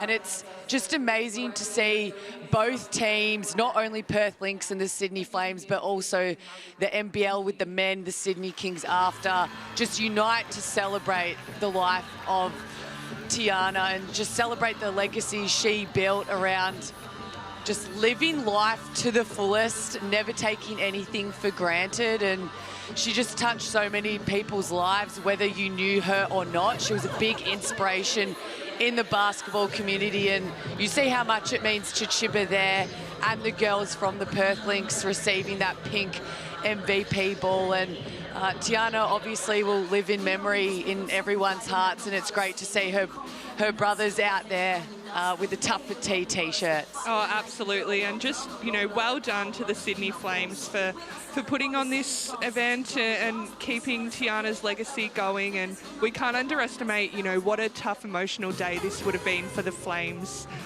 We've only just recently lost Tiana, and I'm sure, you know, it would have been an emotional day for all of those girls. Some wonderful scenes here with Tiana's family in the house this afternoon. Well, there's no Han Shu today, but Jemima Morris stepped up into the starting five. She finished with 12 points, 14 rebounds, and she's downstairs with Nath. Jemima, last year you're playing for the Flames. This morning you find out Han Shu's out, you step up with a big double-double. It's an impressive game. Thank you. It's good to be back in Sydney. How was the adjustment for you? You're used to kind of backing up behind Han. You find out she's out this morning. That's a quick transition. How do you adjust? I mean, we play against each other and we bump against each other in practice, so I'm kind of always ready. So it's kind of like a stay ready, so you never got to get ready type deal. I'm just glad that I could step up for my team and be of assistance while Han's out. And you're talking about being back in Sydney. You played in this fixture last year, significant amount of people in the crowd, a lot of meaning in the game beyond basketball. Must be nice to be involved again. Yeah, it's always great to be in Sydney. The atmosphere here is always great. Jemima, thanks for your time. Well done on the win. Thank you. So a season high for Steph Gorman with her 17 points. Jemima Morris, her season high was 13, so nearly got there today, but the double-double, 12 points and 14 rebounds, and a few blocks as well. Always get that with Jemima Morris, Rach, but she was fantastic. Yeah, she was, and she really did it from the start of the game. She continued to cut into the right spots, present to her team, and, you know, continue to rebound, be a presence in the paint, that defensive presence that Perth needs. So she was great to see her out there getting some good minutes, and so important, again, coming into the end of the season. If Han Shu's injured, she's in foul trouble, they know they can rely on Morris coming into the game and giving them solid minutes. That's a good point you make. The confidence that Perth will get, knowing that they can get it done without Han Shu, because it's almost like a psychological, I guess, confidence boost as well, because we expect her to play and feature in finals and do well, but to know that they are a team and they don't have to rely on Han Shu must be something that they can really be positive about. Of course, all of them will gain confidence as a team, knowing that they did it by committee. But we've known this all season from the Lynx. On any given day, each player has had their own opportunity to shine and stand up. But big for me, Morris, and how she helped lead her team to victory today, because you never know, Han Shu can get in foul trouble. So for her to know, I loved what she said, I got to stay ready so I don't have to get ready. And big credit to her, because she was great tonight, both ends of the floor. Absolutely. Well, let's head back to Nath, who was with the Tiana Mangakahia MVP this afternoon, Alex Chibatoni. Over to you, Nath. Thanks, Jess. Alex, we were standing right about to do a chat, and then you get called out, had to run off because you've just been named the Tiana Mangakahia MVP of the game. You spoke so well in front of the crowd, but the people at home didn't get to see that. Tell us about the significance of that for you. Obviously, she was such an incredible person, incredible player, so to get that award is just so humbling. I just think that this cause is just so incredible. We've all had family, friends, people affected by breast cancer or any type of cancer, so yeah, I think the work here that's being done is amazing, and it's just such an incredible honour to like an incredible person. And for you playing in a game like this, sometimes basketball is pretty monotonous, one game after the other, but obviously a game like today, you walk into the stadium covered in pink, it must be nice to be involved in something that's bigger than basketball. Oh, it absolutely is. This isn't my first time, fortunately, being part of this pink game, and it was incredible then and it's incredible now. It does feel bigger than basketball, and just the amount of effort and time that has gone into this, it just shows. And I think Sydney do such an incredible job, and it's something that I hope the whole league does adopt moving forward. It's exciting to see. Let's talk about your game for a moment. We talked a bit about off-air about the evolution of your game as you sort of I think we're saying it's your 8th year in Perth, but particularly today, but all season we've seen you've really been the glue bringing this team together. I think today you had 16, 7 and 5, and really I find you've got some poise out there and able to give the team what it needs when it needs it. Yeah, to be honest, that's always kind of been my role in some kind of capacity with Ryan, just like if it's coming off the bench, 6-man, 8-man, whatever it is, just to try and give some energy or whatever it is that he needs at the time. And I think this year I've just been able to step into like a bigger role, which is always exciting. And yeah, that's what my mum always says to me anyway. She always tells me I'm very calm and poised on court, so I'm glad it's showing and coming through. Your mum knows her basketball. She's seen enough over the years, I'm sure. Shout out to Mrs. Chibatoni. And also talk to us about the adjustment today. You find out this morning Han's out. That's a bit of a change up for the group. Yeah, I was walking to breakfast when I ran into her and she happened to tell me, so it was a bit of a shock. But look, I think she's obviously an incredible player and like we need her moving forward, but to get that win without her is just incredible achievement and just shows the talent and depth we have in our team, and everyone was able to step up and kind of cover that. But you could definitely tell she was missing. There were some big gaps in our rebounding there and things like that hopefully we can clean up for next game. Way to get the win today, and well done on the Tiana Mangakahia MVP. Now you got to. Thank you so much. Cheers, Chiba. Well, Mum always knows best, Rach, and I think Mum at Chibatoni, we're pretty pleased with how Alex went about things this afternoon. Absolutely, and it was just really a typical Chiba game that we've come to know this season. Just so poised, getting buckets exactly when her team needed it, and making great decisions. She did it for the whole game, and a big part of why they were able to win, they didn't have their best game, but she's always going to come and play the way that she does, and just, importantly gets them across the line. And like Nathan said, a glue player for this team, just does whatever she's needed on any given day. 16 points, 6 rebounds and 5 assists for Alex Chibatoni today. Well, Shanice Swain really performed well for the Sydney Flames. She started the match with back-to-back buckets to really set the tone, finished with 20 points, 7 rebounds, 2 assists, and she's been good enough to stick around and is with Nath. Well, Shanice, the result didn't quite go your way today, but it was enjoyable watching you play with a bit of freedom. 20 and 7 for the game. It looked like you're really kind of finding your rhythm out there. Yeah, for sure, definitely didn't get the result we wanted, but today was a super special day, and I just gave my all today for tea. We could see that. We could see that with your team, and I feel like in basketball, sometimes the case the ball doesn't go in for you. You missed a number of shots you'd usually make today, and I wonder if it's a case of some of those go in. It's like the margin doesn't tell the story today. Yeah, definitely a different game if our shots did go in, but I feel like we stayed together and just took the shots that we could. Shanice, and just a word from you about the group. Again, the result not what you wanted, but just being involved in this Pink Hoops and what it means for you guys today to make a difference to so many people out there living with cancer. I mean, it's huge for us today, huge for everyone, especially T's family. Big thank you to her family coming out.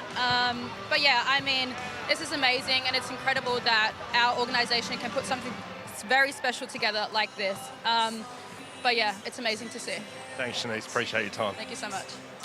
Great job to Shanice Swain, the 20 points for her as we take a look at some of her highlights.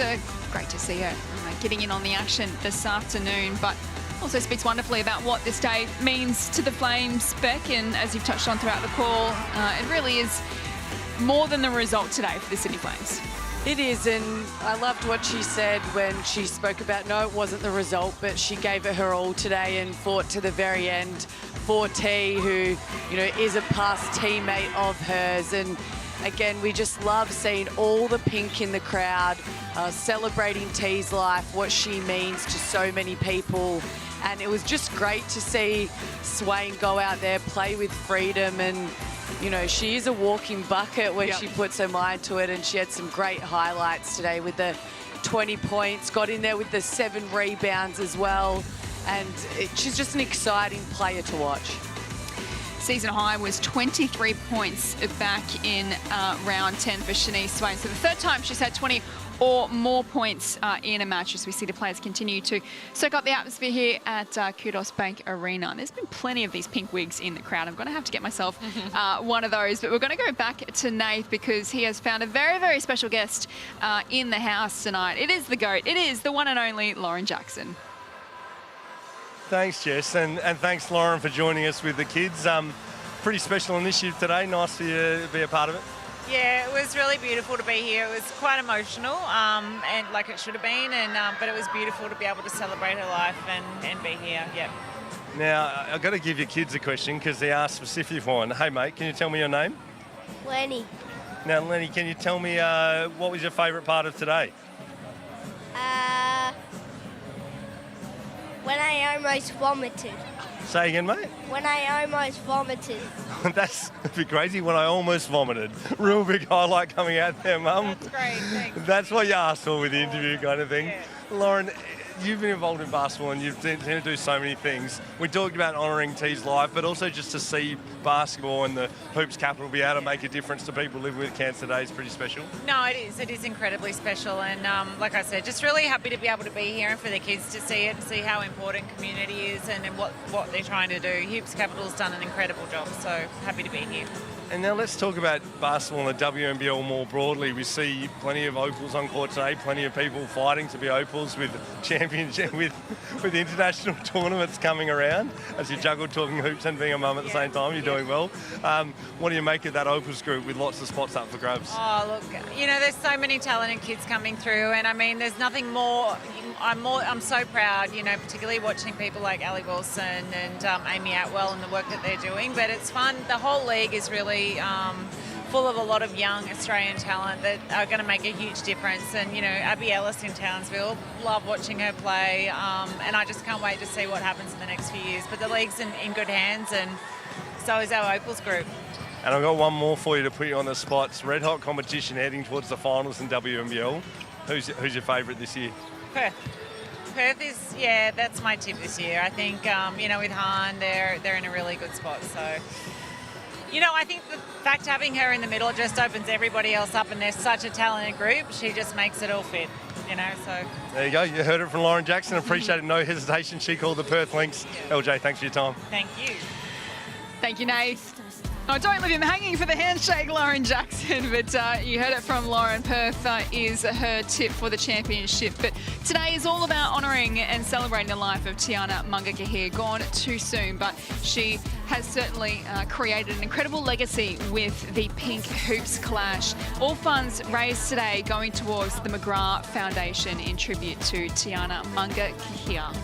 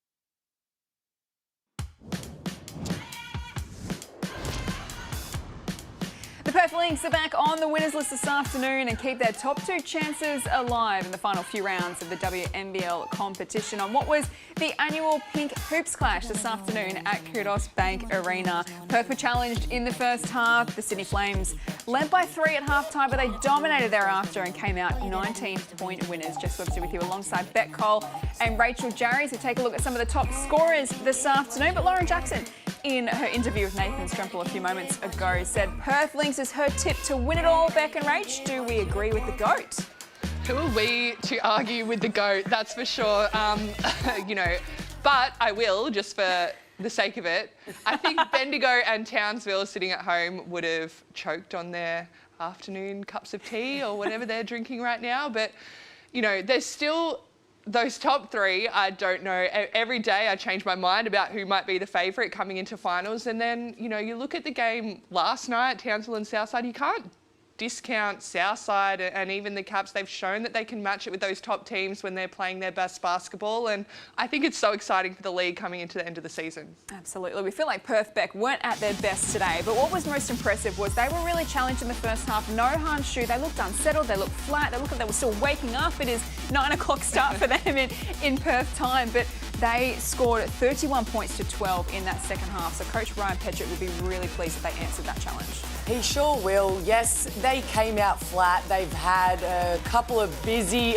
weeks, that's for sure, with their schedule. But that is no reason, for why they came out flat. They can't be doing that against the better teams, but they need to be proud of the way they came out in that second half. And again, did it by committee. It was their depth.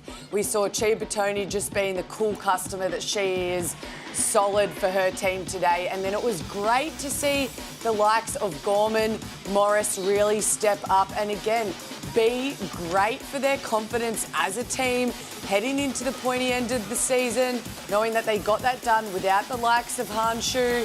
And again, just a credit to them and that woman right there, Gorman, who really got them going in that third quarter with her 3-point shooting. Sure did. She knocked down 3 triple-pointers in that third quarter, finished with 5 for the afternoon. She led the scoring with 17 points off the bench today in a fabulous performance. Annalie Maley, another double-double for her, really stamping her contention as an MVP contender this season. She had the 13 points and 16 rebounds. She just eats rebounds for breakfast, right?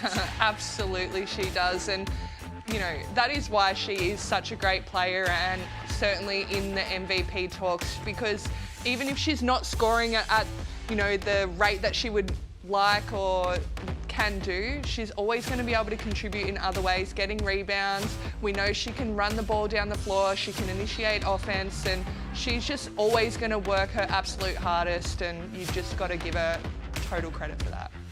And when I think the players in the Perth Lynx were lacking a bit of energy and intensity, Annalie Maley, just that last highlight, Beck, for me, just at a crucial time of the game, she gives you something and she gives you that energy, and that's what Perth Lynx love. She sure does, and as we said, it wasn't her night percentage-wise for shooting, but she is an energizer bunny. She has a work ethic of about 3 people, so you want her on the floor. She'll give you a reason to make sure that she is still on that basketball court. So again, yes, it wasn't her shooting night tonight, but she was doing things in every other category, and she'll be one to watch for these finals campaigns, that's for sure. Absolutely. So this is the all-important Bunnings Warehouse ladder as it stands at the moment. So Townsville and Bendigo in first and second place. Perth, even though they won today, they still stay in third, and we've just got some mouth-watering matchups to come. So Perth and Southside play on Tuesday night in the run home. We're also going to see Bendigo and Perth play, Bendigo and Townsville to play as well. And honestly, any of those top 3 positions can change, and then we've still got the Caps to take on Bendigo tomorrow, trying to stay in the hunt for 4th position. It's all happening, guys. Oh, it sure is, and that Bendigo versus Caps game is going to be interesting. We know they just versed each other. Caps were in it, and they want that 4th spot. If they win that game, they leapfrog Flyers into 4th position. So it's just anyone's game right now, and like you said, Rach, we love this come finals. Absolutely. So bring the popcorn, because coming up next, the Caps and the Bendigo go head-to-head tonight. So these two sides have already played this round. Bendigo got the chocolates, but time for the Caps to respond on their home floor tonight, the AIS Arena from 6:30. Fourth spot is up for grabs as they take on one of the competition's best and the defending champions. So looking forward to that contest tonight. Guys, who do we think might win and why? Oh, well, for me, I called that game the other night and, Bendigo were just so professional that whole game, just did exactly what they needed to do. Ball Ace is on an absolute tear at the moment. So for me, they're just playing such great team basketball, getting everyone involved, and I think they'll probably get the win tonight. So Jade Melvin started on the bench in that first game. Do you expect her to be back in the starting five tonight, maybe? I'm not sure. She might need a little bit of a warm-up, but if they want to get that win, I'd be starting Jade Melvin. So we look forward to that contest tonight. But here this afternoon at Kudos Bank Arena, it was the Perth Lynx who beat the Sydney Flames by 19 points. Thanks for your company. Bye for now.